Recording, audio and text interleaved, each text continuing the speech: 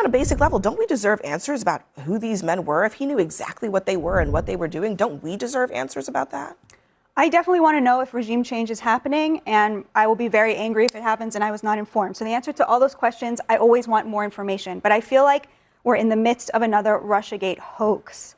There was a group of Democrats who said you can refuse illegal orders, and now they are out there in search of a war crime, and there absolutely isn't one. So what happened was the DOJ's Office of Legal Counsel issued a classified legal opinion authorizing these U.S. military strikes. At that point, the Department of, I guess I have to call it War, issued the directive that we were going to start hitting them. At that point, Admiral Bradley gave the order for the first strike. Pete Hegseth watched it. The boat caught fire.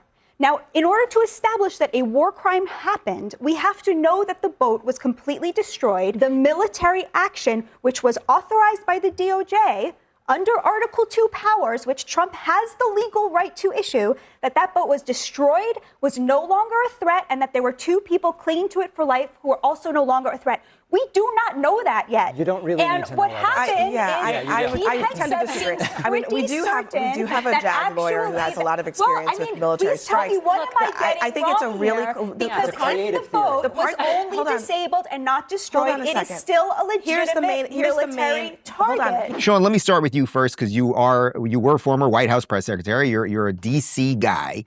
Something about the narrative, the story around this seems extremely contrived to me. She brought that point up at CNN. They don't deal well with that kind of thing. When I read that in the Washington Post, I was like, that's not how operations go down. I've been in the room as a civilian, as White House press secretary, and I spent 27 years in the military, in the Navy.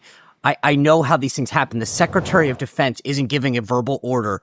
That's just not how it works. And so the first time when I read the story, I was like, this doesn't pass the smell test. And perpetuated this narrative. And that goes to your point, Dave.